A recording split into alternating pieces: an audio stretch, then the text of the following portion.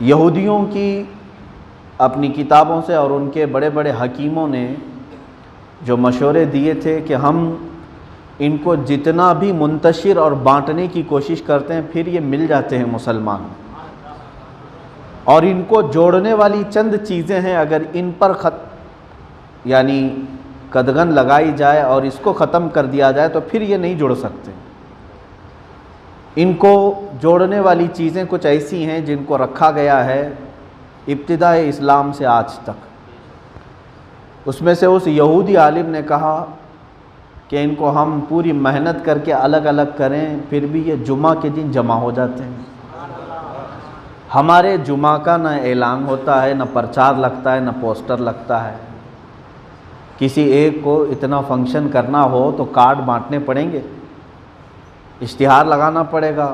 اس کے بعد بھی ہم نے دیکھا ہے کہ پوسٹر اور اشتہار کے بعد بھی اتنی پبلک نہیں آتی جتنی جمعہ میں آتی۔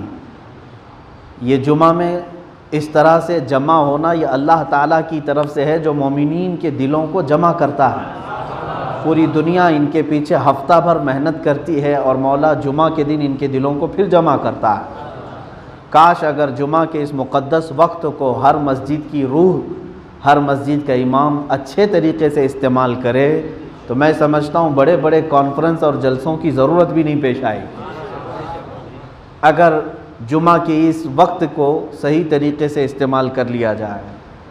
دوسری چیز اس یہودی نے کہا ان کو ہزار ہم ڈیوائیڈ کریں بہت ساری باتوں میں، رنگ میں، نسل میں، نسب میں، مال میں، چھوٹے بڑے میں، لیکن ان کو ایک چیز ایسی ہے جو پوری دنیا کو جوڑتی ہے اور وہ ہے قرآن عظیم کی عربی زبان۔ یہ امریکہ میں ہو تو بھی نماز عربی میں پڑھ رہا ہے، ہندوستان میں ہو تو بھی نماز عربی میں پڑھ رہا ہے، جہاں کہیں بھی ہو، افریقہ کے صحراؤں میں ہو یا جنگلوں میں ہو، وہاں کے رہنے والوں کی زبان تمہیں اگرچہ سمجھ میں نہ آتی ہو لیکن جب قرآن اٹھائے گا اس کی زبان بھی وہی ہوگی، میری زبان بھی وہی ہوگی جو رسول پاک کی زبان تھی۔ اس زبان سے اللہ تعالیٰ نے پوری دنیا کے مومنین کو جوڑ کر رکھا ہے، اور اسی وجہ سے میں دیکھ رہا ہوں کہ عربی کے خاتمے کے لیے انہوں نے پوری ایڑی چوٹی کا زور لگایا ہے۔ یہ اور بات ہے کہ آج کثیر مسلمان عربی زبان سے ناواقف ہیں، لیکن اتنی حد تک تو ہے کہ وہ نماز اور سورہ فاتحہ تو پڑھ ہی لیتے ہیں۔ اب اس کو بھی ختم کرنے کی کوشش کی جا رہی ہے تو کچھ نام کے مسلمان ایسے رہ گئے ہیں جن کو قرآن کی ایک سورہ بھی نہیں آتی۔ اسی لیے میرے آقا صلی اللہ تعالیٰ علیہ وسلم نے فرمایا جس گھر میں قرآن کی تلاوت نہیں ہے تو وہ گھر میں مردے رہتے ہیں، زندوں کا گھر ہی نہیں ہے وہ، جس گھر میں قرآن کی تلاوت نہیں ہوتی۔ تو یہ عربی زبان سے دور کرنے کے لیے پوری دنیا اسی لیے لگی کہ منتشر کر کے رکھیں، ان کو جوڑ کے ایک دوسرے کو جوڑا نہ جائے۔ آپ کو یاد ہونا چاہیے جب سلطنت عثمانیہ، خلافت عثمانیہ کو ختم کیا گیا 1921 اور 1923 کے بیچ میں، اور وہاں پر ترکی میں ایک ریولیوشن آیا، مصطفیٰ کمال باشا اتا ترک نام سے ایک ایسا شخص جو منافق تھا، نام اس کا اسلامی تھا، اندر سے وہ یہودی تھا، اور اس نے سب سے پہلے جو کام کیا ترکی میں تقریباً 650 سال چلنے والی خلافت عثمانیہ جس کے آثار موجود ہیں آج بھی، لیکن اس نے کتنی تیزی سے پوری ترکی کو ماڈرن بنانے کی کوشش کی۔ سب سے پہلا کام اس نے کیا کیا؟ پوری ترکی سے عربی زبان کو ختم کیا، حتیٰ کہ اذانوں پر بھی پابندی لگائی، اور اس نے کہا یہ ہم لوگ سیکولر ہیں، کوئی مذہب اس کے اندر نہیں رہے گا، قرآن پڑھنا ہے تو ترکش زبان میں پڑھو، اذان دینا ہو تو ترکی میں دو۔ اس نے عربی ناموں کو تک بند کر دیا، اسی لیے آج بھی ترکی کے لوگ محمد کو محمد کہتے ہیں، وہ ترکش زبان میں، ان کے نام بھی اگر آپ دیکھیں گے تو وہ ترکش زبانوں میں رکھے جا رہے ہیں۔ اس کی وجہ یہی ہے کہ اس اتنے ترکی کو اس نے پورے اسلامی ممالک سے پورے طور پر الگ کر کے یورپ میں ڈال دیا، صرف زبان کی وجہ سے۔ آپ سمجھ سکتے ہیں عزیزان گرامی وقار، یہ دو چیزیں ہو گئی، ایک جمعہ کے لیے اور دوسرے عربی زبان کے لیے۔ تیسری چیز اس یہودی نے لکھا ہے کہ ہم سال بھر محنت کریں ان کو ڈیوائیڈ کرنے کی، ان کو منتشر کرنے کی، لیکن پھر یہ عرفات کے میدان میں سب جمع ہوتے ہیں۔ یہ جو عرفات کے میدان کا جمع غفیر ہے، یہاں ایک دیکھنے کا منظر ایسا ہوتا ہے کہ اسلام یہاں کھل کر کے نظر آتا ہے، اور جس سے میں نام تک نہیں پوچھ سکتا لیکن اس کو بھی میں اپنی ہی طرح لباس میں دیکھتا ہوں۔ یہ وہ منظر ہے جو پورے اسلام کی آفاقیت کو وہاں پر ظاہر کرتا ہے۔ اسلام کسی ایک گاؤں کا مذہب نہیں بلکہ پورے عالم کا مذہب ہے، پورے کائنات کا یہ دین ہے جو اس میدان میں جمع ہو کر کے اللہ رب العزت کو پکار رہے ہوتے ہیں۔ تو در حقیقت عرفات یہ لوگوں کے دلوں کو جمع کرنے کا دن ہے۔ عزیزان گرامی وقار، میں آج آپ کے سامنے حاضر آیا، ویسے بھی تقریریں آپ سنتے رہتے ہیں، میں نے سوچا کہ آج ایک ایسا عظیم دن ہے، عرفات کا دن بھی اور جمعہ بھی ہے، اس کو بہت ہی مقدس ترین دن کہا گیا ہے۔ کیوں نہ میں اپنے آقا کونین صلی اللہ تعالیٰ علیہ وسلم کا وہ آخری حج ہی بیان کروں جس میں رسول کریم صلی اللہ تعالیٰ علیہ وسلم حج کے لیے نکلے تھے۔ ہر مومن کو چاہیے کہ میرے مصطفیٰ کے سفر کو بھی سنیں، اللہ کے نبی صلی اللہ تعالیٰ علیہ وسلم نے کس طرح حج فرمائے، کتنے حج کیے، حج میں کیا کیا کیا، یہ بھی سننے سے تعلق رکھتا ہے یا نہیں؟ ہم ایسے ویسوں کی ٹریول ہسٹری دیکھتے رہتے ہیں، نبی کونین صلی اللہ تعالیٰ علیہ وسلم کا سفر حج کیوں نہیں دیکھتے، کیوں نہیں پڑھتے؟ بلکہ میں آپ کو بتاؤں کہ حضور اکرم صلی اللہ تعالیٰ علیہ وسلم کا سفر حج پوری کائنات کے انسانوں کے لیے ایک ایسا دستور مرتب کیا گیا ہے اس حج کے سفر میں کہ اس وقت تک پوری دنیا میں لا اور قانون نام کی کوئی چیز ہی نہیں تھی۔ جب میرے آقا صلی اللہ تعالیٰ علیہ وسلم نے پورے قوانین مرتب کر کے اپنے خطبے میں بیان کر دیے، ہوا یہ کہ میں شروع سے عرض کرتا ہوں، حدیث پاک میں جیسے الفاظ آئے ہیں اسی کی تھوڑی تشریح کے ساتھ عرض کروں گا۔ مفہوم حدیث، حضرت امام باقر رضی اللہ تعالیٰ عنہ جو سیدنا امام حسین رضی اللہ تعالیٰ عنہ کے پوتے ہیں، امام زین العابدین رضی اللہ تعالیٰ عنہ کے بیٹے ہیں، آپ نے ایک معمر صحابی، کافی عمر دراز صحابی تھے حضرت جابر رضی اللہ تعالیٰ عنہ، ان کے پاس جا کر کے پوچھتے ہیں اللہ کے رسول صلی اللہ تعالیٰ علیہ وسلم کا حج کیسا ہوا، آپ ذرا بتائیں۔ حضرت جابر رضی اللہ تعالیٰ عنہ نے بیان کرنا شروع کیا، وہ صحابی رسول تھے جو اس سفر میں شریک تھے۔ فرماتے ہیں رسول کریم صلی اللہ تعالیٰ علیہ وسلم جب مکہ سے ہجرت فرما کر مدینہ تشریف لے گئے، یہ کل 10.5 سال کا عرصہ ہوتا ہے۔ جب آپ کی عمر مبارک 53 سال کی ہو چکی تھی، آپ نے ہجرت فرمائی، اور 63 سال کی عمر پاک میں آپ کا وصال پاک ہوا۔ یہ جو 10-10.5 سال کا عرصہ ہے، اس عرصے میں اللہ کے نبی صلی اللہ تعالیٰ علیہ وسلم نے صرف ایک ہی حج فرمایا، اور اسی کو پہلا حج اور آخری حج کہا جاتا ہے۔ ہجرت کے بعد جو حج کیا اللہ کے نبی صلی اللہ علیہ وسلم نے، جو تمام احادیث کی کتب میں موجود ہے، شروع سے پہلے سال، دوسرے سال، تیسرے سال نہیں بلکہ 9واں سال آیا، آپ کی ہجرت کا 9واں سال۔ ابھی بھی ہماری جو تاریخ ہے وہ ہجرت ہی کی تاریخ چلتی ہے۔ اس وقت اب جو ہم آج زندگی گزار رہے ہیں، ہجرت کو 1441 سال ہو چکے۔ آپ 2020 تو یاد رکھتے ہیں، لیکن میرے مصطفیٰ کریم صلی اللہ علیہ وسلم کی ہجری تاریخ بھی ہر مسلمان کو یاد ہونی چاہیے۔ اسلامی تاریخ ہجرت سے چل رہی ہے۔ حضور اکرم صلی اللہ تعالیٰ علیہ وسلم کی ہجرت کا 9واں سال تھا، 9 سال ہو گئے۔ اللہ کے حبیب صلی اللہ تعالیٰ علیہ وسلم نے اعلان فرمایا کہ اس سال میں حج کے لیے روانہ ہونے والا ہوں۔ یہ بات ایسی پھیلی، پورے عرب میں پھیل گئی، جہاں جہاں صحابہ تھے سب کے سب کوچ کر کے مدینے میں جمع ہو گئے، سارے آ گئے، کیونکہ میرے مصطفیٰ کریم صلی اللہ علیہ وسلم کے وہ ہم رکاب ہونا چاہتے تھے، ہم سفر ہونا چاہتے تھے۔ اور صحابہ کی ہمیشہ سے عادت رہی ہے کہ حضور اکرم صلی اللہ علیہ وسلم کا کوئی بھی سفر وہ چھوڑتے نہیں تھے، سفر میں میرے آقا صلی اللہ علیہ وسلم کے ساتھ وہ شرف ضرور حاصل کرتے۔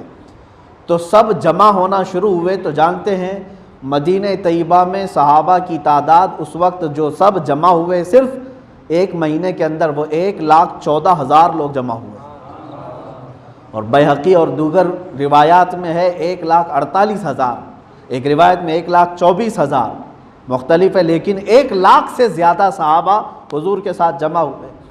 ذی القعدہ کا آخری عشرہ تھا، یہ ذی الحجہ کا مہینہ ہے، اس سے پہلے جو مہینہ گزرا وہ ذی القعدہ ہے۔ ذی القعدہ کا آخری عشرہ تھا، جمعرات کا دن تھا۔ رسول کریم صلی اللہ تعالیٰ علیہ وسلم نے مسجد نبوی شریف تشریف لا کر ظہر کی نماز پڑھائی اور سب سے کہا سفر کا ارادہ کر لو اور کوچ کر جاؤ، سب ساتھ نکلو۔ اللہ کے حبیب صلی اللہ تعالیٰ علیہ وسلم کے ساتھ اس وقت 1,24,000 صحابہ اور آپ کی تمام ازواج مطہرات بھی تھیں۔ حضور صلی اللہ تعالیٰ علیہ وسلم کی تمام زوجات جتنی امہات المومنین وہ ساتھ تھیں، سیدہ کائنات فاطمہ الزہرا رضی اللہ تعالیٰ عنہا بھی ساتھ تھیں۔ حضور اکرم صلی اللہ تعالیٰ علیہ وسلم نے چند جانور بھی اپنے ساتھ لیے ذبح کرنے کے لیے، اور یہ قافلہ نکلا مدینہ طیبہ سے۔ مدینے والوں کے لیے جو میقات ہے اس کو ذوالحلیفہ کہتے ہیں، وہاں تک میرے آقا صلی اللہ تعالیٰ علیہ وسلم تشریف لائے، اور آج کے زمانے میں مدینہ طیبہ سے باہر مسجد بنی ہے، ایک مسجد ابیار علی، جہاں پر میقات مدینہ طیبہ کی شروع ہوتی ہے اور حرم کی بھی، حرم مدینہ کی باؤنڈری بھی وہاں سے شروع ہوتی ہے۔ وہاں رسول کریم صلی اللہ تعالیٰ علیہ وسلم تشریف لائے، آپ کی اونٹنی آپ کے ساتھ تھی، قصوہ جس پر آپ سوار تھے، اس جگہ پر تشریف لا کر میرے آقا صلی اللہ تعالیٰ علیہ وسلم نے غسل فرمایا اور نمازیں ادا کی۔ مقام بیدا ایک اونچی پہاڑی ہے، وہاں پر تشریف لائے اور سارے صحابہ کو کہا کہ بلند آواز سے کہو لبیک اللہم لبیک لبیک لا شریک لک لبیک ان الحمد والنعمت لک والملک لا شریک لک۔ اللہ کے حبیب صلی اللہ علیہ وسلم نے فرمایا جتنی بلند آواز سے تم پکارو گے، جو تمہارے آس پاس درخت پتھر پہاڑ موجود ہیں، قیامت کے دن یہ تمہارے لبیک کی گواہی دیا کریں گے۔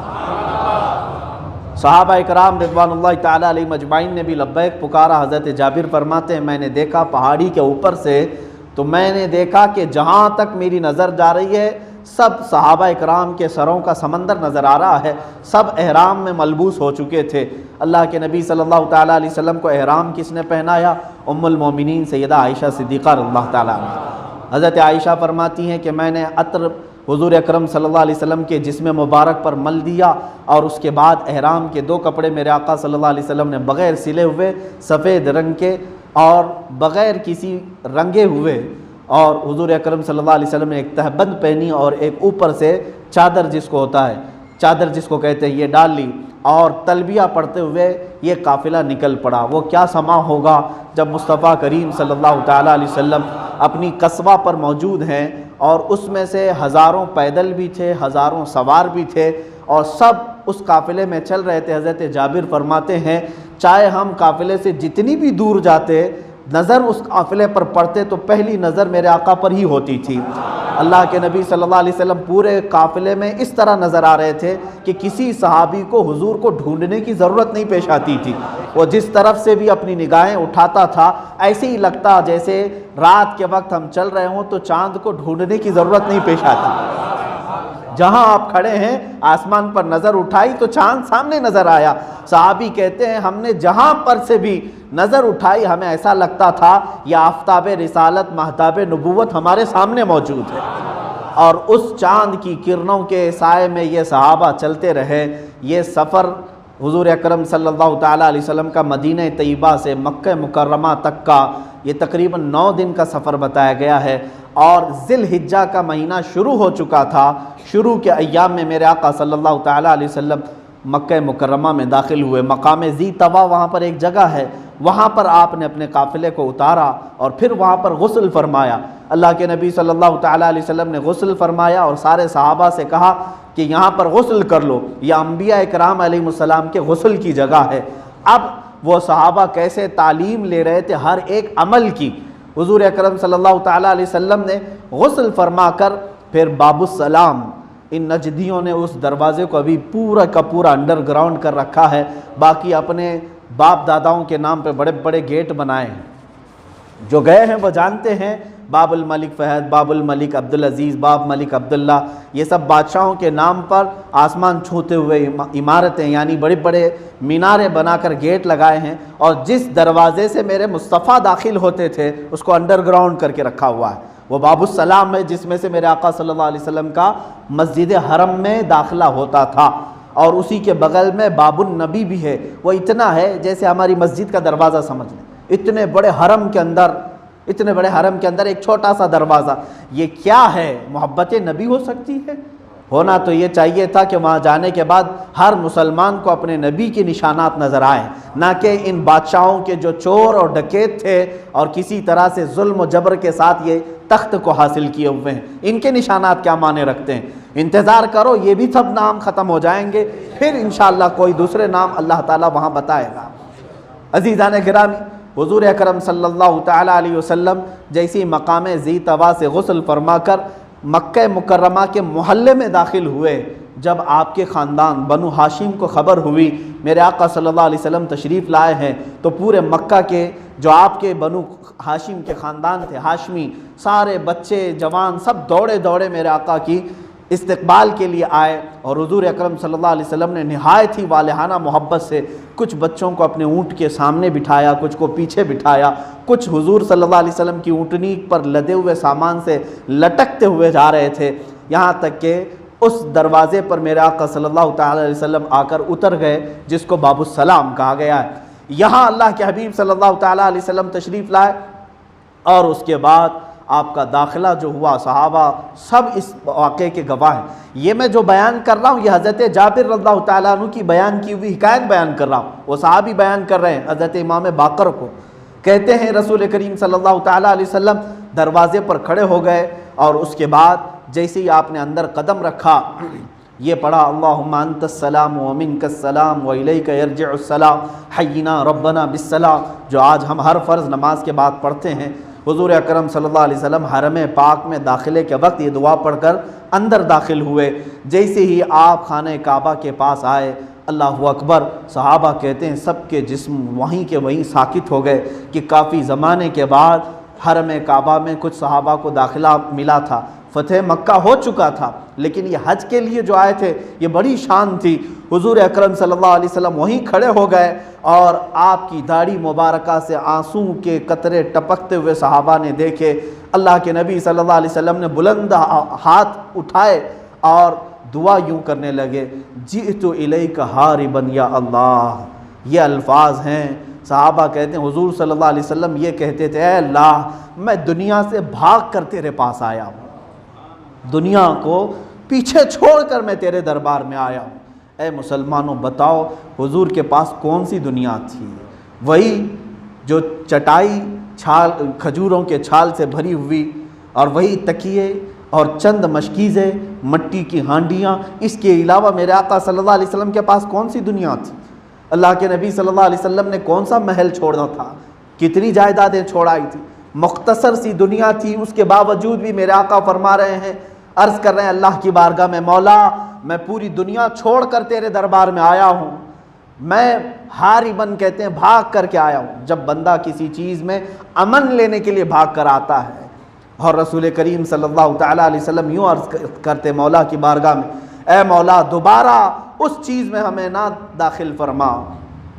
اب حرم پاک میں جب داخل ہوئے تو یہ زوال کا وقت تھا، یعنی ظہر کے وقت کے قریب کا۔ حضور اکرم صلی اللہ تعالیٰ علیہ وسلم تشریف لائے، اور جب ظہر کا وقت ہوا آپ نے پہلی نماز وہاں پر ادا کی، اور اس کے بعد اللہ کے نبی صلی اللہ تعالیٰ علیہ وسلم نے خانہ کعبہ کے کنارے حجر اسود جو لگا ہوا ہے اس کو جا کر کے آپ نے بوسہ دیا، اور اس کے بعد اپنا طواف شروع کیا، اور سارے صحابہ حضور صلی اللہ علیہ وسلم کے ساتھ طواف میں تھے۔ 7 چکر خانہ کعبہ کے طواف کے ہو گئے۔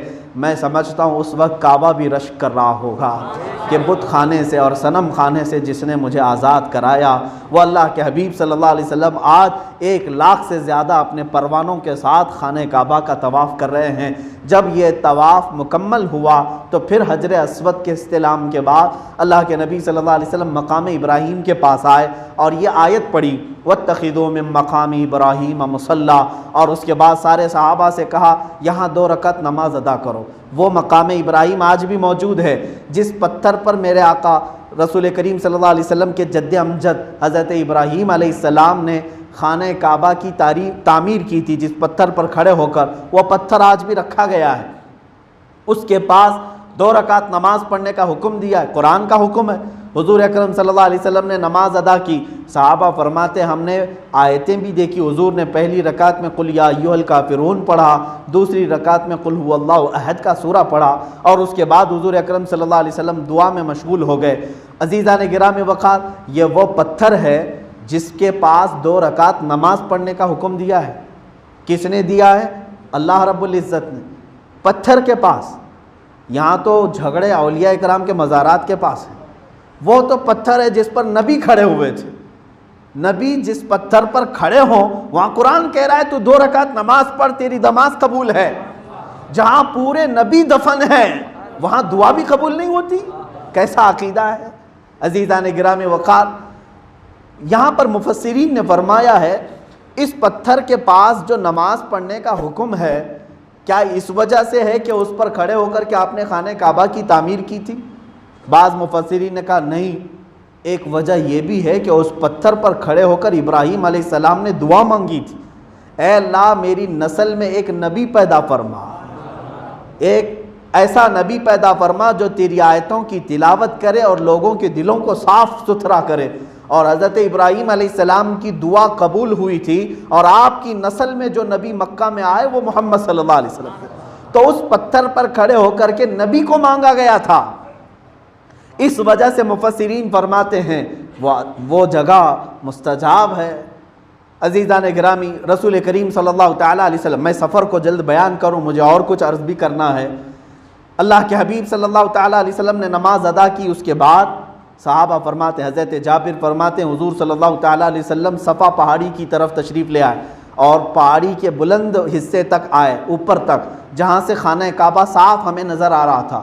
حضور اکرم صلی اللہ تعالیٰ علیہ وسلم نے دونوں ہاتھ اٹھائے اتنی بلند کہ حضور اکرم صلی اللہ تعالیٰ علیہ وسلم کے سینے مبارک یا ہاتھوں کے نیچے کی سفیدی نظر آنے لگی۔ حضور اکرم صلی اللہ علیہ وسلم نے وہاں پر تکبیر پڑھی اور لا الہ الا اللہ وحدہ لا شریک لہ لہ الملک و لہ الحمد یحیی و یمیت بیدہ الخیر وہو علی کل شیء قدیر۔ اس کے بعد حضور اکرم صلی اللہ علیہ وسلم نے پڑھا انجز عبدہ نصر عبدہ وحزم الاحزاب وحدہ۔ اللہ تعالیٰ نے اپنے وعدہ مکمل کر دیا، اپنے بندے کی مکمل اللہ تعالیٰ نے مدد کی، اور تنہا رب ذوالجلال نے پورے کافروں کو شکست دیا۔ یہ دعا پڑھ کر کے حضور صلی اللہ علیہ وسلم نے صفا مروہ کی سعی شروع کی۔ حضور صلی اللہ علیہ وسلم صفا سے چلتے تھے اور مروہ کی طرف، بیچ میں تھوڑا سا حصہ تھا، حضور اکرم صلی اللہ علیہ وسلم وہ تیزی سے جاتے۔ سارے صحابہ نے یہ ہر عمل کو نوٹ کیا ہے۔ پھر یہ صفا مروہ، مروہ سے صفا، یہ 7 چکر مکمل ہوئے۔ مروہ میں پہنچنے کے بعد حضور اکرم صلی اللہ تعالیٰ علیہ وسلم نے فرمایا ہمارا عمرہ مکمل ہو چکا ہے۔ یہ کیا تھا؟ عمرہ تھا۔ اب یہاں پر حضور اکرم صلی اللہ علیہ وسلم نے ایک تعلیم ارشاد فرمائی کہ اگر میں اپنے ساتھ جانور نہیں لے آتا مدینے سے تو میں اپنا احرام کھول دیتا اور اپنے بال حلق کر لیتا، لیکن میں جانور مدینے سے ساتھ لے کر کے آیا ہوں تو میں عمرہ بھی کروں گا اور حج بھی اسی احرام میں کروں گا۔ اس کو کہتے ہیں حج قران۔ یہ رسول کریم صلی اللہ علیہ وسلم نے جو فرمایا، ایک ہی احرام میں عمرہ بھی اور حج بھی۔ لیکن دوسرے صحابہ اس وقت پوچھنے لگے ہم تو جانور نہیں لے آئے۔ حضور صلی اللہ علیہ وسلم نے فرمایا تمہارے لیے اجازت ہے کہ تمہارا عمرہ مکمل ہو چکا ہے، تم اپنے احرام اتار دو اور اپنے بال منڈا لو، تمہارا عمرہ ہو گیا۔ پھر جب حج کے دن آ جائیں گے تب پھر دوبارہ حج کا احرام الگ سے پہن لینا، حج کا احرام الگ سے پہن لینا۔ اس کو کہتے ہیں حج تمتع، جو یہاں سے سارے ہندوستانی حاجی اکثر وہی حج تمتع کرتے ہیں، یہاں سے عمرہ کی نیت کر کے جاتے ہیں، عمرہ ہونے کے بعد احرام کھول دیا جاتا ہے اور پھر حج کے دنوں میں دوبارہ احرام پہنتے ہیں۔ لیکن رسول کریم صلی اللہ تعالیٰ علیہ وسلم نے احرام نہیں اتارا، کیونکہ حضور صلی اللہ تعالیٰ علیہ وسلم مدینہ طیبہ سے ہی عمرہ اور حج دونوں کی نیت فرما چکے تھے۔ اب یہ ہونے کے بعد حضرت علی کرم اللہ وجہہ الکریم اس وقت وہاں پر موجود نہیں تھے، آپ کو اور جانور لانے کے لیے فرمایا گیا تھا۔ 100 کے قریب آپ اونٹ ساتھ میں لے کر کے آئے حضور اکرم صلی اللہ علیہ وسلم کے پاس. جب حضرت سیدہ کائنات فاطمہ الزہرا رضی اللہ تعالیٰ عنہا اپنا احرام اتار چکی تھیں، ان کا عمرہ ہو چکا تھا اور وہ یعنی الگ خوشبو بھی لگا چکی تھی، سرما لگا چکی تھی. حضرت علی اس وقت بعد میں تشریف لائے. یہ حضرت جابر فرماتے ہیں انہوں نے دیکھ کر کے برہمی کا اظہار کیا، فاطمہ ایام حج ہیں، ایام حج کے دوران تم نے یہ کیسے کیا احرام کی حالت میں؟ اس وقت تک یہ مسائل نہیں تھے. عرب کیا سمجھتے تھے؟ حج کے دنوں میں عمرہ کرنا حرام سمجھتے تھے، حج کے دنوں میں عمرہ کو وہ جائز نہیں سمجھتے تھے. یہ پہلی مرتبہ میرے آقا صلی اللہ علیہ وسلم نے مسئلہ بتایا. حضرت فاطمہ نے کہا حضرت علی سے، اے میرے سرتاج رسول کریم صلی اللہ علیہ وسلم کے حکم پر میں نے احرام اتارا ہے، حج تمتع. حضرت علی رضی اللہ تعالیٰ عنہ اسی احرام کے ساتھ عمرہ مکمل کیے اور آئے حضور صلی اللہ علیہ وسلم کے پاس پوچھنے کے لیے کیا آپ نے ایسا فرمایا کہ عمرہ کر کے احرام کھول دیا جائے پھر حج کے دنوں میں دوبارہ احرام پہنے؟ حضور صلی اللہ علیہ وسلم نے فرمایا ہاں میں نے ایسا کہا ہے. حضرت علی سے پوچھا کہ اے علی تم مدینے سے چلے تھے تو کیا نیت کیے تھے، تمہاری نیت کیا تھی؟ اب ظاہر سی بات ہے وہ حج تمتع کریں گے یا حج قران؟ اب حضرت علی کرم اللہ وجہہ الکریم کی بات دیکھیں، ادب کی بات. حضرت علی نے وہاں سے مدینے سے کیا نیت کی تھی؟ وہ پیچھے پیچھے چل رہے تھے. حضرت علی نے کہا یا رسول اللہ صلی اللہ علیہ وسلم جب میں نے مدینے سے نکلنے کے بعد احرام پہنا تو نہ میں نے حج کی نیت کی نہ میں نے عمرہ کی نیت کی. یہ کیسے؟ حج کی بھی نیت نہیں، عمرہ کی بھی نیت نہیں. کہا کیا نیت کی؟ حضرت علی کہتے ہیں میں نے احرام باندھ کر کے یہ کہا اے اللہ تیرے رسول نے جو نیت کی وہ میری نیت ہے. میں نے یہ نیت کی ہے، تیرے رسول نے جو نیت یہاں سے کی ہے مولا میری بھی وہی نیت ہے، میں نے اتنا ہی کہا ہے. حضور صلی اللہ علیہ وسلم مسکرائے اور کہا علی تم بھی میرے ساتھ حج قران میں ہو. احرام نہ اتارنا، بال نہ منڈانا. عمرہ مکمل کرنے کے بعد حضرت علی کرم اللہ وجہہ الکریم بھی حضور صلی اللہ علیہ وسلم کے ساتھ حج قران میں شامل تھے. چند صحابہ حج قران میں تھے، چند صحابہ حج تمتع میں تھے. یہ دن گزرے یہاں تک کہ 8ویں ذی الحجہ آئی. 8ویں ذی الحجہ جو کل گزر چکی. حضور اکرم صلی اللہ تعالیٰ علیہ وسلم پھر مسجد حرم شریف میں تشریف لائے، وہاں پر ایک خطبہ دیا اور وہاں سے سارے صحابہ کو لے کر حضور صلی اللہ تعالیٰ علیہ وسلم مینا کی طرف روانہ ہو گئے. مینا میں جب پہنچے حضور صلی اللہ علیہ وسلم ظہر کا وقت تھا. وہاں پر مسجد خیف آج جہاں بنی ہے حضور اکرم صلی اللہ علیہ وسلم نے وہاں قیام فرمایا. اس مسجد کے متعلق فرمایا گیا کہ اس میں 70 سے زیادہ انبیاء اکرام کی قبریں موجود ہیں. حضرت آدم علیہ السلام بھی وہیں مدفون ہیں. یہ اور بات ہے کہ ان کی قبریں چھپا دی گئیں. اللہ کے نبی صلی اللہ تعالیٰ علیہ وسلم نے مینا میں قیام کیا، ظہر کی نماز پڑھی، عصر، مغرب، عشاء اور دوسرے دن 9ویں ذی الحجہ جو آج کا دن ہے، آج کے دن کی یہ فجر کی نماز بھی حضور اکرم صلی اللہ علیہ وسلم نے مینا میں ادا کی. اور اس کے بعد اللہ کے حبیب صلی اللہ تعالیٰ علیہ وسلم تسبیح میں مشغول رہے اور سارے صحابہ کو مینا کی تاریخ بتاتے ہوئے صحابہ سے کہا کہ اب عرفات کو نکلنے کا وقت ہے. جب سورج نکل گیا حضور صلی اللہ تعالیٰ علیہ وسلم مینا سے عرفات کی طرف روانہ ہوئے. عرفات کیا ہے؟ ایک بڑا میدان ہے، بہت بڑا میدان ہے. اور اس میدان کے متعلق میرے آقا صلی اللہ علیہ وسلم نے فرمایا قیامت تک آنے والے حاجیوں کے لیے کبھی عرفات چھوٹا ہو ہی نہیں سکتا. آج 40 لاکھ ہو رہے ہیں، اس سال نہیں، تقریباً ہر سالوں میں جو حج کے لیے آتے ہیں قریب 30 سے 40 لاکھ کے درمیان وہاں حجاج جمع ہوتے ہیں. آج جب چھوٹا نہیں ہو رہا ہے، ہمارا اعتقاد یہ ہے کہ اگر 40 کروڑ بھی جمع ہو تو بھی نہیں چھوٹا ہو. اس میں برکت ہے، اس میدان میں وسعت ہے. عرفات کے میدان میں میرے آقا صلی اللہ تعالیٰ علیہ وسلم تشریف لائے. رسول کریم صلی اللہ تعالیٰ علیہ وسلم اس وقت بھی اپنی قصوہ اونٹنی پر تھے، ازواج مطہرات بھی ساتھ تھیں، صحابہ اکرام بھی ساتھ تھے. عرفات میں ایک چھوٹی سی پہاڑی ہے جس کو جبل رحمت کہا جاتا ہے. وہاں پر آ کر میرے آقا صلی اللہ تعالیٰ علیہ وسلم نے اپنا خیمہ نصب کیا اور وہاں وقوف کیا. صحابہ اکرام رضوان اللہ تعالیٰ علیہ مجمعین کو جمع کر کے کہا تمہیں معلوم ہے مجھ سے پہلے جتنے بھی نبی آئے آدم علیہ السلام سے لے کر حضور صلی اللہ علیہ وسلم تک سبوں نے آج کے دن کون سی تسبیح پڑھی تھی؟ اب یہ سب ہمارے لیے بھی ہے اور برکت بزرگوں نے فرمایا. میں آج یہ کہہ بھی رہا ہوں آج کے دن جو یہ تسبیح پڑھے گا وہ اپنے یہاں موجود ہے تب بھی مولا تعالیٰ اس کو عرفات والوں میں شامل فرمائے گا، ان کی دعاؤں میں اسے شریک فرمائے گا، ان کی تسبیحات میں اسے شامل کرے گا، چاہے وہ ہبلی کے کسی محلے میں ہی کیوں نہ بیٹھا ہو. حضور اکرم صلی اللہ علیہ وسلم نے فرمایا آسان تسبیح ہے، فرمایا کہ مجھ سے پیشتر جتنے نبی آئے انہوں نے آج کے دن یہ تسبیح پڑھی، لا الہ الا اللہ وحدہ لا شریک لہ لہ الملک ولہ الحمد یحیی و یمیت بیدہ الخیر وہو علی کل شیء قدیر، جس کو ہم چوتھا کلمہ توحید کہتے ہیں۔ یہ تسبیح حضور اکرم صلی اللہ تعالیٰ علیہ وسلم نے تلقین فرمائی۔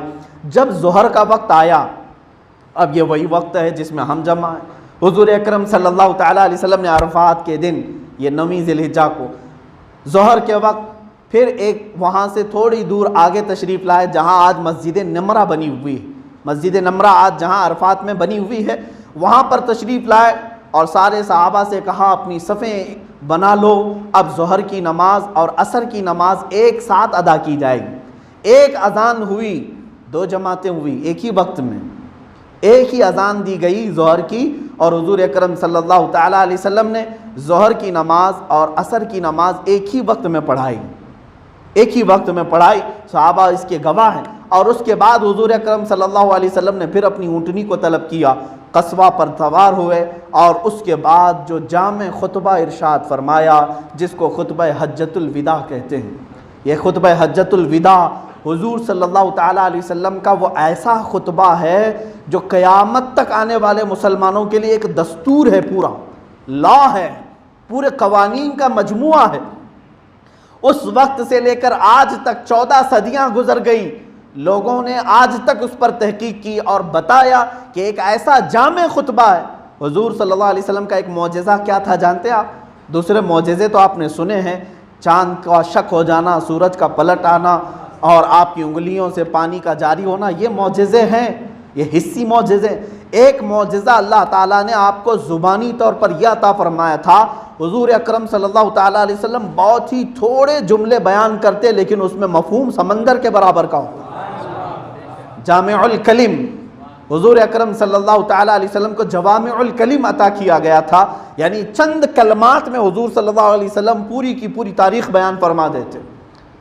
تو حضور اکرم صلی اللہ علیہ وسلم نے جو خطبہ بیان کیا، وہ اونٹنی پر سوار ہو کر، سارے صحابہ اس وقت 1,24,000 کے قریب یا اس سے زیادہ صحابہ وہاں پر موجود تھے، سبوں نے اس خطبے کو سنا۔ صحابہ فرماتے ہیں ہر ایک نے برابر برابر حضور صلی اللہ تعالیٰ علیہ وسلم کے خطبے کو سنا۔ جو سب سے آخر میں تھا وہ بھی ویسے ہی سنتا تھا جو سب سے پہلی صف میں بیٹھا ہوا تھا، نہ مائک ہے نہ مائکروفون ہے، کوئی چیز نہیں ہے، اس کے باوجود اس میدان میں 1,24,000 صحابہ کو میرے آقا صلی اللہ علیہ وسلم نے اپنا خطبہ سنایا۔ انشاءاللہ العزیز میں چاہتا ہوں کہ وہ خطبہ حجۃ الوداع آج کی اس جمعہ میں میں تلاوت کروں انشاءاللہ۔ یہ میرے لیے بھی سعادت کی بات ہے، عرفہ کا دن آیا ہے اور جمعہ کا دن بھی آیا ہے، اور ظاہر سی بات ہے اب عرفات کے میدان میں ہم تو خطبہ نہیں دے پاتے، یہاں پر جب دن بھی وہ آیا ہے اور خطبے کا موقع بھی ہے تو میں نے محسوس یہ کیا کہ اللہ کے نبی صلی اللہ علیہ وسلم نے آج کے دن جو خطبہ دیا تھا وہی خطبہ ہم جمعہ میں تلاوت کریں۔ یہ آخری خطبہ ہے حضور صلی اللہ علیہ وسلم۔ اس کو آخری خطبہ کیوں کہا جاتا ہے؟ اس لیے کہ اسی خطبے میں میرے آقا صلی اللہ علیہ وسلم نے فرما دیا تھا لعلی لا القاکم بعد عام ھذا او کما قال النبی صلی اللہ علیہ وسلم۔ حضور صلی اللہ علیہ وسلم نے فرمایا تھا شاید ہو سکتا ہے کہ اس کے بعد پھر میں دوبارہ تم سے اس جگہ پر نہیں ملوں گا۔ اسی خطبے کے شروع میں ہی میرے آقا صلی اللہ علیہ وسلم نے بیان فرما دیا تھا کہ ہو سکتا ہے اس سال کے بعد میں پھر تم سے دوبارہ نہیں ملوں گا، اور اسی خطبے کے دوران وہ آیت نازل ہوئی قرآن کی جس کو قرآن کی سب سے آخری آیت کہا جاتا ہے۔ اب جو قرآن آپ پڑھ رہے ہیں سورہ فاتحہ سے شروع ہے نا، الحمدللہ سے، اور ختم کہاں ہوتا ہے؟ والناس پہ۔ سورہ قل اعوذ برب الناس پڑھتے ہیں، اس کے بعد والناس پہ ختم ہوتا ہے، لیکن جو نزول کی ترتیب ہے وہ الگ ہے۔ نازل ہونے کی جو ترتیب ہے، سب سے پہلے اقرا بسم ربک الذی خلق نازل ہوئی 5 آیتیں، اس کے بعد سورہ مدثر نازل ہوئی ہے۔ ترتیب کے اعتبار سے نزول ترتیب الگ ہے۔ اس دن جو سب سے آخری آیت نازل ہوئی وہ تھی الیوم اکملت لکم دینکم، جس کو میں نے ابھی تقریر سے پہلے تلاوت کیا ہے۔ الیوم اکملت لکم دینکم واتممت علیکم نعمتی ورضیت لکم الاسلام دینا۔ یہ آیت اسی وقت نازل ہوئی، حضور صلی اللہ علیہ وسلم نے تلاوت کر کے لوگوں کو سنایا۔ حضور صلی اللہ علیہ وسلم نے فرمایا، اللہ فرما رہا ہے آج کے دن میں نے تمہارا دین مکمل کر دیا، دین مکمل ہو گیا اور میں نے اپنی نعمتیں پوری دے دیں اور میں تمہیں اسلام دے کر راضی ہو گیا. یہ اللہ تعالیٰ نے فرمایا. سورہ مائدہ کی یہ آیت ہے, 6 پارے میں موجود ہے. سارے صحابہ خوش ہو گئے. ظاہر سی بات ہے احکام اب اترنے نہیں تھے, اب کیا حلال ہے کیا حرام ہے سب کچھ بیان ہو چکا ہے, سب قرآن میں آ گیا, دین کمپلیٹ ہو گیا. یہودی کہتے ہیں ایسی کوئی آیت اگر ہمارے کتابوں میں آ جاتی تو ہم اس کو عید کا دن منا لیتے ہیں کہ دین کمپلیٹ ہو گیا. اسلام کو کمپلیٹ کہا کس نے؟ اللہ نے. صحابہ اکرام خوش بھی تھے اس دن, سارے عرفات کے میدان میں خوش تھے کہ آج ہمارا دین مکمل ہو گیا. ظاہر سی بات ہے گھر بنا رہے ہیں تو جس وقت گھر پورا مکمل ہو جائے تو خوشی کا دن ہے. جو چیز آپ نے شروع کی ہے وہ جب کمپلیٹ ہو جائے تو خوشی ہوتی ہے کہ نہیں؟ سب خوشیوں میں تھے سوائے ایک کے, وہ صدیق اکبر تھے. حضرت ابوبکر صدیق رضی اللہ تعالیٰ عنہ میدان کے کنارے رو رہے تھے اور اکیلے بیٹھے تھے. صحابہ نے کہا ابوبکر آج خوشی کا دن ہے, دین مکمل ہو چکا. سیدنا ابوبکر صدیق رضی اللہ تعالیٰ عنہ نے فرمایا یقیناً خوشی کا دن ہے, دین مکمل ہو گیا, لیکن مجھے اس کا دوسرا رخ یہ نظر آتا ہے وہ رسول آئے تھے دین مکمل کرنے کے لیے, جب دین مکمل ہو گیا تو شاید اب رسول ہمارے درمیان نہیں رہیں گے. رسول آئے کس کے لیے؟ دین مکمل کرنے کے لیے. اب وہ اپنا کام کر چکے ہیں تو شاید اب ہمارے درمیان نہیں رہیں گے. مجھے یہ خوف ستا رہا ہے. وہ صدیق اکبر وہ یار غار رسول تھے, رسول کریم صلی اللہ تعالیٰ علیہ وسلم کے ہم سفر بھی رہے, حضر کے ساتھی, ہر جگہ کے ساتھی. انہوں نے حضور اکرم صلی اللہ تعالیٰ علیہ وسلم کے ان آخری دنوں کو محسوس کیا. اس کے بعد حضور اکرم صلی اللہ تعالیٰ علیہ وسلم نے جو خطبہ بیان فرمایا وہ خطبہ میں اردو ترجمہ بھی آپ کو بتا دوں. حضور صلی اللہ تعالیٰ علیہ وسلم نے اس خطبے میں کیا کیا بیان فرمایا, غور سے سنیں, یہ ادب کی بھی بات ہے. اللہ کے حبیب صلی اللہ تعالیٰ علیہ وسلم نے جو آخری خطبے میں بیان فرمایا, ارشاد فرماتے ہیں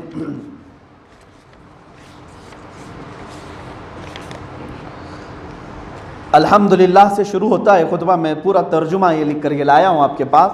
سب تعریف اللہ ہی کے لیے ہے, ہم اس کی حمد کرتے ہیں, اسی سے مدد چاہتے ہیں, اسی سے معافی مانگتے ہیں, اسی کے پاس توبہ کرتے ہیں.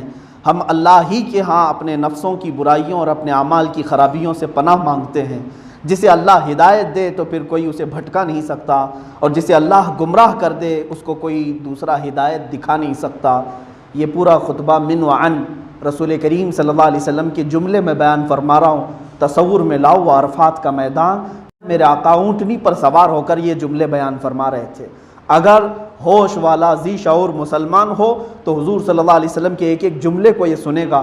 میں کیوں بیان کر رہا ہوں جانتے ہیں؟ آخر میں حضور صلی اللہ علیہ وسلم نے فرمایا تھا اے میرے صحابہ, جو تم میں سے یہاں موجود ہے وہ جو یہاں نہیں موجود ہے اس کو سنانے کی ذمہ داری لے لے, کہ جو حاضر ہے وہ غائب کو سنائے. انہی لوگوں میں سے میں ہوں کہ ہمارے بڑوں نے ہم تک وہ پہنچایا ہے, اور میری یہ ذمہ داری ہے کہ میں ان لوگوں کو پہنچاؤں جنہوں نے یہ حضور کا خطبہ نہیں سنا ہوگا. اللہ کے نبی صلی اللہ تعالیٰ علیہ وسلم خطبہ بیان فرما رہے ہیں. ارشاد فرماتے ہیں میں شہادت دیتا ہوں کہ اللہ کے سوا کوئی معبود نہیں, وہ ایک ہے, اس کا کوئی شریک نہیں, اور میں شہادت دیتا ہوں کہ محمد صلی اللہ علیہ وسلم اس کے بندے اور اس کے رسول ہیں. اللہ کے بندوں, میں تمہیں اللہ سے ڈرنے کی تاکید کرتا ہوں اور اس کی اطاعت پر زور دیتا ہوں, اور میں اسی سے ابتدا کرتا ہوں جو بھلائی ہے. اے لوگو میری بات سن لو, مجھے کچھ خبر, میں یہ نہیں جانتا کہ میں تم سے اس قیام گاہ میں یعنی اس عرفات کے میدان میں اس سال کے بعد دوبارہ پھر کبھی ملاقات کر سکوں. ہاں, جاہلیت کے تمام دستور آج میں نے اپنے پاؤں سے روند دیے. کسی عربی کو اجمی پر فضیلت نہیں, اور کسی اجمی کو عربی پر نہیں, کسی سرخ کو سیاہ پر نہیں, اور کسی کالے کو گورے پر فضیلت نہیں. ہاں, فضیلت ہے تو صرف تقویٰ کے ذریعے سے ہوگی.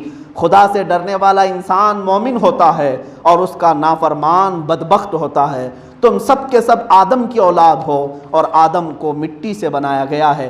اے لوگو, تمہارے خون, تمہارا مال, تمہاری عزتیں ایک دوسرے پر ایسی حرام ہیں جیسا کہ آج کے دن کی حرمت ہے, آج کے مہینے کی حرمت ہے, اور آج کے اس مہینے کی حرمت ہے اور اس جگہ کی حرمت ہے۔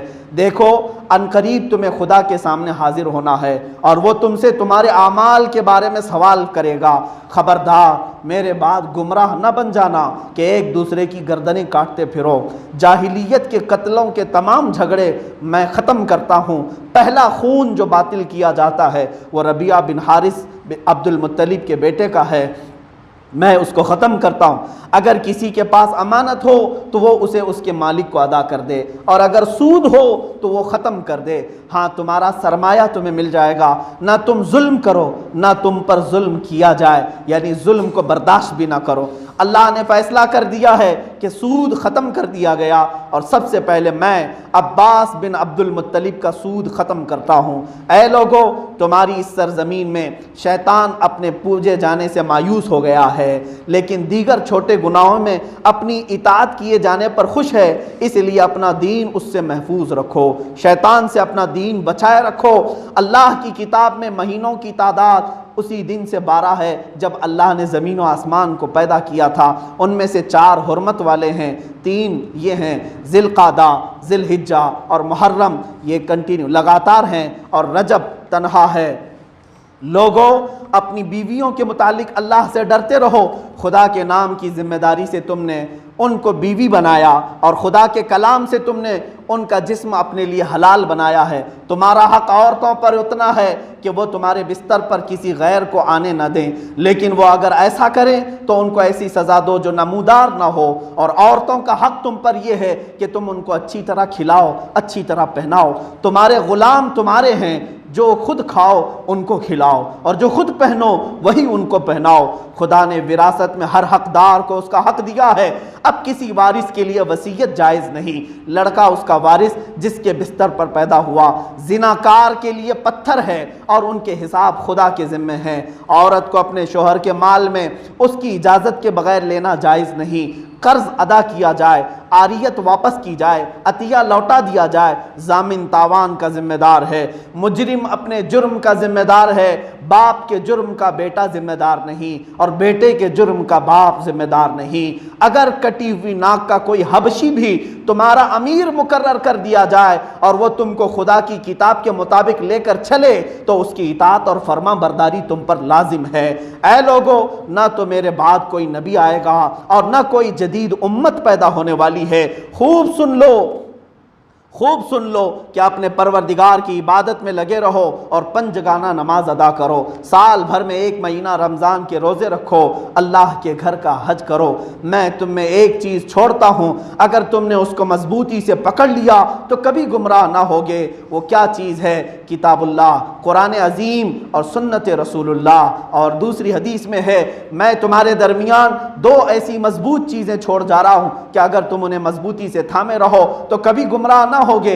ایک اللہ کی کتاب قرآن مقدس ہے اور دوسری میری آل اہل بیت ہے۔ اس خطبے کو ختم کرنے کے بعد میرے آقا صلی اللہ تعالیٰ علیہ وسلم نے یوں صحابہ سے پوچھا، قیامت کے دن خدا کی بارگاہ میں میرے بارے میں اگر سوال کیا جائے گا تم سے تو اے میرے صحابہ تم میرے بارے میں کیا کہو گے؟ سارے صحابہ نے یوں کہا، آسمان کی طرف انگلی اٹھائی، عرفات کے میدان میں کہا، اے خدا تو گواہ رہنا، اے خدا تو گواہ رہنا، اے خدا تو گواہ رہنا۔ اور اس کے بعد آپ نے فرمایا، سارے صحابہ نے کہا، یا رسول اللہ، آپ نے اپنے اوپر جو ذمہ داری تھی وہ پوری نبھا دی ہے، آپ نے امانت پہنچا دی ہے، آپ نے رسالت مکمل کی ہے۔ قد ادیت الامانۃ وبلغت الرسالۃ ونصحت الامۃ یا رسول اللہ، صدقت یا رسول اللہ۔ اے اللہ کے رسول، آپ نے جو کچھ بھی فرمایا وہ بالکل سچ فرمایا ہے۔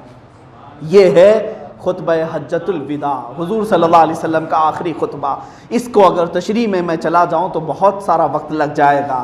آج یہ جمعہ کا مختصر وقت ہے میرے عزیزو، اس میں ایک ایک پوائنٹ ایسا ہے جس پر پوری گفتگو ہوتی ہے۔ اللہ کے نبی صلی اللہ علیہ وسلم نے سب سے پہلے جو آپ کو فرمایا وہ دیکھیں بنیاد آپ کی بتائی، تم میں کسی کو غرور و تکبر نہ آئے، تم سب کے سب آدم کی اولاد ہو اور آدم علیہ السلام کو مٹی سے بنایا گیا ہے، تمہاری حیثیت صرف مٹی کی ہے، اسی لیے ہم کو مٹی میں دوبارہ دفن کیا جاتا ہے، جہاں سے پیدا کیا گیا وہاں ڈال دیا گیا۔ اللہ نے فرمایا منہا خلقناکم وفیہا نعیدکم، اسی سے ہم نے تمہیں پیدا کیا اور اسی میں ہم تم کو لوٹائیں گے، ومنہا نخرجکم تارۃ اخری، اور اسی سے ہم دوبارہ تم کو قیامت کے دن اٹھائیں گے۔ ہماری اصلیت مٹی ہے، اور مٹی عاجزی سکھاتی ہے، اور آگ برتری یعنی بلندی تکبر سکھاتی ہے۔ اسی لیے شیطان آگ سے پیدا ہوا، تکبر دکھایا، انسان مٹی سے پیدا ہوا ہے، ہمیشہ عاجزی کرے، غرور اور تکبر نہ کرے۔ حضور صلی اللہ علیہ وسلم نے فرمایا کسی کو کسی پر فضیلت نہیں، کسی کو کسی پر فضیلت نہیں، گورا ہے تو کالے پر فضیلت نہیں ہے، کسی کو کسی پر نہیں۔ ہاں اللہ کی بارگاہ میں اگر کسی کو کسی پر فضیلت ہے تو وہ صرف پرہیزگاری سے ہے، جس کا عمل جتنا اچھا ہے وہ اتنا معظم ہے۔ یہاں خاندانوں کی بھی فضیلت میرے آقا صلی اللہ علیہ وسلم نے منع فرما دی، کوئی کسی پر برتری نہ حاصل کرے۔ آج جیسے جبرن ٹیکس وصول کیا جا رہا ہے کہ میں فلاں خاندان سے ہوں، تم پر میری اطاعت واجب ہے، یہ تمام چیزیں اللہ کے نبی نے آخری حج میں ہی ختم کر دی، حضور صلی اللہ تعالیٰ علیہ وسلم نے ختم فرما دی۔ عزیزان گرامی، اسی خطبے میں رسول کریم صلی اللہ علیہ وسلم نے مساوات کا درس دیا ہے، برابری کا درس دیا ہے، یہاں تک کہ فرمایا تمہارے پاس اگر کوئی کام کرنے والا ہو، جیسے کوئی مزدور ہو، حضور نے فرمایا جو تم پہن رہے ہو اس کو وہی پہناؤ، جو تم کھا رہے ہو وہی اس کو کھلاؤ۔ کون ہے آج دنیا میں ان کی حق کی آواز اٹھاتا ہے؟ یا اس دور میں میرے مصطفیٰ بیان کر رہے ہیں جب 5 زنجیروں سے باندھ کر کے یونان کی حکومتیں عورتوں کو بیچنے کے لیے بازار میں لاتے تھے، اس وقت بازار میں عورتوں کو گلے میں، دونوں ہاتھوں میں، دونوں پیروں میں زنجیر باندھ کر کے لایا جاتا تھا۔ اس وقت میرے مصطفیٰ صلی اللہ علیہ وسلم عورتوں کے حقوق بیان کر رہے ہیں کہ تم اللہ سے ڈرو عورتوں کے حقوق کے لیے، ان کے ساتھ اچھا سلوک کرو، ان کو ایک لقمہ بھی اگر تم نے کھلایا تو مولا صدقے کا ثواب عطا کرے گا۔ مارنے سے منع کیا، ظلم کرنے سے منع کیا۔ عزیزان گرامی، تمام تر یہ غرور اور تکبر کے معاملات کو میرے آقا نے اسی خطبے میں ختم فرمایا، اور یہاں تک فرمایا سود کو میں نے اپنے پاؤں سے روند دیا، اور حدیث میں ہے سود اب اس کے بعد جو لے گا 1 درہم بھی سود کوئی کھائے گا۔ سود جانتے ہیں جس کو آپ بڈی کہتے ہیں، مسلمان سے زیادہ مال لیتا ہے، قرض دے کر بڑھا کر لیتا ہے۔ میرے آقا صلی اللہ علیہ وسلم نے فرمایا گویا کہ اس نے خانہ کعبہ کے سامنے اپنی ماں سے زنا کیا۔ مسلمانوں یہ ہمارا ہے ہی نہیں طریقہ، اللہ نے ہمیں حلال طریقے عطا کیے ہیں، تجارت کرو، بیع کرو۔ سود اور یہ انٹرسٹ کا ہو یا اس کو فائنانس کا ہو یا بڈی کا ہو، اگر مسلمان آپس میں لین دین میں اس طرح بڑھا کر کے تجارت کرتے ہیں تو حرام ہے، حرام ہے۔ حضور صلی اللہ علیہ وسلم نے یہ منع فرمایا۔ اور اس کے بعد کاسٹ کسی کا کچھ نہیں، کاسٹزم جو ہے یہ اسلام نے اسی وقت ختم کیا ہے۔ آج تک دنیا جو اپنے آپ کو سپر پاور کہہ رہی ہے، وہاں پر بھی کالے گوروں کی لڑائی آج تک چل رہی ہے۔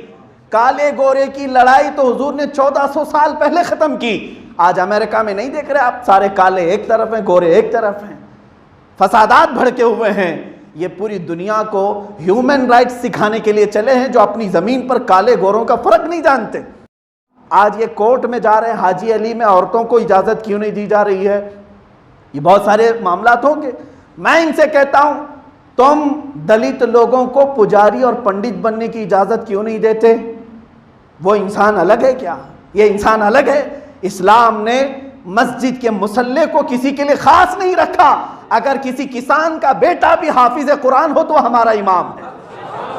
ہمارے یہاں کاسٹزم نہیں ہے، خان ہے، پٹھان ہے، سید ہے، شیخ ہے، کوئی بھی ہو، بس شرط یہ ہے کہ سینے میں اللہ کا کلام ہو، رسول پاک کی شریعت ہو، وہ ہمارے مصلے کا امام بن سکتا ہے۔ ہمارے لیے یہاں پر کوئی کاسٹ نہیں ہے۔ اسی لیے میرے عزیزوں میں یہ عالمی پیغام دیتا ہوں، عالمی پیغام ہے۔ میرے مصطفیٰ کے خطبے کو پھر سے پڑھو اے لوگو، پھر سے پڑھو۔ اللہ کے نبی صلی اللہ تعالیٰ علیہ وسلم نے اس فرق کو ہمیشہ کے لیے ختم کیا۔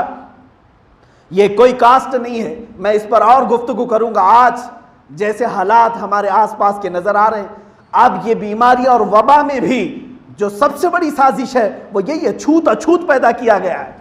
بھائی بھائی کو چھونے سے ڈر رہا ہے، باپ بیٹے کے سامنے جانے سے ڈر رہا ہے۔ کیا یہ چھوت اچھوت کے معاملات نہیں ہیں؟ پھر سے وہی لائے جا رہے ہیں۔ عزیزان گرامی وقار، ہم نے تو بچپن میں یہ سنا تھا بچہ اگر لنگڑا، لولا اور بلکہ منہ سے اس کے جھاگ نکل رہی ہو، ایسا بھی بچہ پیدا ہو تو ماں سینے سے لگا کر دودھ پلاتی تھی، کیونکہ ماں بھی انسان ہے اور بچہ بھی انسان ہے۔ کیا کبھی آپ نے دیکھا لولے لنگڑے بچے کو ماں نے دور کر دیا؟ ارے جانور نہیں دور کرتے۔ آج ایک بیماری کے خوف سے لوگوں کے رشتہ داریوں کو ختم کر دیا گیا ہے۔ یہ بھید بھاؤ کا کہاں سے معاملہ آیا؟ بچے باپ کو ہاسپٹل میں چھوڑ کر 20-20 دن سے غائب ہیں. یہ بھی واقعات ہیں میرے پاس. باپ موجود ہے ہاسپٹل میں, کوئی اس کی خیریت پوچھنے تک نہیں آتا. بیٹا کیوں؟ ڈر ہے کہیں کورونا مجھ کو نہ لگ جائے. یہ چیزیں کیوں پیدا کی گئی؟ ارے ہم تو اب تک کینسر کے پیشنٹ کو بھی کندھے پر اٹھا کر ہاسپٹل لے جاتے تھے, نہیں لے جاتے؟ جس کے گھر میں مرض آئے تو مرض اس کے جسم کو ہے. اسی لیے میرے آقا صلی اللہ علیہ وسلم کا دیا ہوا وہ عقیدہ, وہ فارمولہ رکھو تو سب کی فیملی, سب کے خاندان محفوظ ہوں گے. میرے آقا نے کیا فرمایا؟ 14 صدیوں پہلے ہی فرمایا تھا, ایک کی بیماری دوسرے کو لگ ہی نہیں سکتی. جو بیماری آئے گی وہ اللہ کی طرف سے آئے گی. اب یہاں پر کچھ لوگ میری بات کا رد کریں گے. ظاہر سی بات ہے, جو اس زمانے کے ماڈرن علماء ہیں وہ اسی کو تسلیم کرتے ہیں جو سائنس کہہ رہی ہے. بہرحال میں اس کی ایک نظیر بتا دوں. لوگ کہتے ہیں اب بھی آپ کہہ رہے ہیں وہ بات, ایک کو دوسرے سے نہیں لگتی. اب بھی جبکہ ہم دیکھ رہے ہیں وہاں چائنا سے نکلی, وہاں گئی, یہاں گئی, اتنی نہیں پھیلی. یہ ایک کو دوسرے سے لگی تو ہے. میں اس کو مثال میں یوں بتاتا ہوں.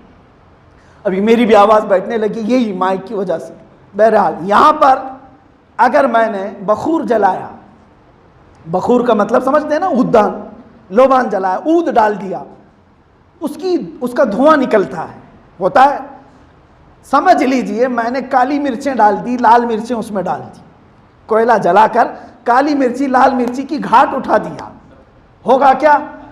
دھواں نکلا. دھواں نکلا تو میرے سامنے ایک بندہ بیٹھا تھا, اس نے کھانسنا شروع کر دیا. کیوں؟ یہ دھوئیں کی گھاٹ اس کے حلق میں لگی تو اس نے کھانسا, ہے نا. اب اس کے پیچھے ایک بندہ بیٹھا تھا, وہ بھی کھانسنے لگا. وہ کیوں کھانسا؟ اس کے دل میں یہ بات آ گئی, یہ سامنے والے نے کھانسا, اس کی کھانسی مجھے لگی. پھر تھوڑی دیر کے بعد تیسرا آدمی کھانسا, اس کو یہ لگا یہ دوسرے کی کھانسی مجھے بھی لگ گئی. لیکن حقیقت کیا ہے مسلمانوں سب کو معلوم, پہلے دوسرے تیسرے تینوں کو کھانسی کس کی وجہ سے لگی؟ اسی دھوئیں سے لگی ہے جو یہاں سے چل رہا ہے. اسی دھوئیں سے سب کو لگے گی. یہ دھواں جہاں تک پھیلتا جائے گا وہاں تک کھانسی آتی جائے گی. یہی سمجھ لو اللہ تعالیٰ جب چاہتا ہے مرض بھیجتا ہے. کسی ایک علاقے میں بھیجا, اب اس علاقے سے وہ جیسے جیسے وہ دھواں پھیلتا جائے گا ان سب کو لگتی جائے گی وہ بیماری, لیکن لگے گی اللہ ہی کی مرضی سے, کسی کے کھانسنے سے نہیں, کسی کے چھونے سے نہیں. ہاں سائنس کہتی ہے اس کے بیکٹیریا, اس کے جراثیم لگتے, میں مانتا ہوں ٹھیک, جراثیم بھی اس وقت تک اثر نہیں دکھائیں گے جب مولا نہیں چاہے گا. ہمارا تو عقیدہ یہ ہے جراثیم اثر نہیں کرتے. یہ تو میں ایک چھوٹی سی بات کر رہا ہوں. کل کے دن جو 10ویں آنے والی ہے اس دن تو اتنا بڑا واقعہ ہوا کہ تیز چھری لے کر ابراہیم علیہ السلام بیٹے کی گردن پر چلا رہے ہیں, پھر بھی نہیں چلی. وجہ کیا ہے؟ اس چھری کو کاٹنے کی اللہ نے اجازت نہیں دی. اس عقیدے کے ساتھ جیو انشاءاللہ. واقعہ پورا مکمل نہیں ہوا, میں اپنی بات کو ختم کرتا ہوں. حضور صلی اللہ تعالیٰ علیہ وسلم رات کو مزدلفہ میں تشریف لے گئے. اس کے بعد حضور اکرم صلی اللہ تعالیٰ علیہ وسلم نے صبح تک قیام کیا اور اس کے بعد پھر جمرات میں آئے اور اللہ کے نبی صلی اللہ علیہ وسلم نے پہلے شیطان کو 7 کنکریاں ماری اور ظہر کے وقت تک واپس مکہ مکرمہ میں آئے, طواف زیارت کیا. اللہ کے نبی صلی اللہ علیہ وسلم کا یہ حج مکمل ہوا. واپس پھر 2 دن حضور صلی اللہ علیہ وسلم نے مینا میں قیام کیا اور پھر واپس محرم کے دن آنے کے قریب تھے, مدینہ طیبہ میں تشریف لائے. یہی دن تھے جب میرے آقا صلی اللہ علیہ وسلم بیمار ہوئے, علالت میں آئے اور بستر پر آپ آرام فرمائے. مہینہ گزر گیا, سفر کا مہینہ آ گیا اور اس کے بعد پھر ربیع الاول کا مہینہ آیا, کچھ افاقہ ہوا, پھر آپ علیل ہوئے. پھر 12 ربیع الاول یا 13 ربیع الاول کا دن آیا, حضور اکرم صلی اللہ علیہ وسلم اس دان فانی کو کوچ کر کے اپنے رب اعلیٰ کے پاس چلے گئے.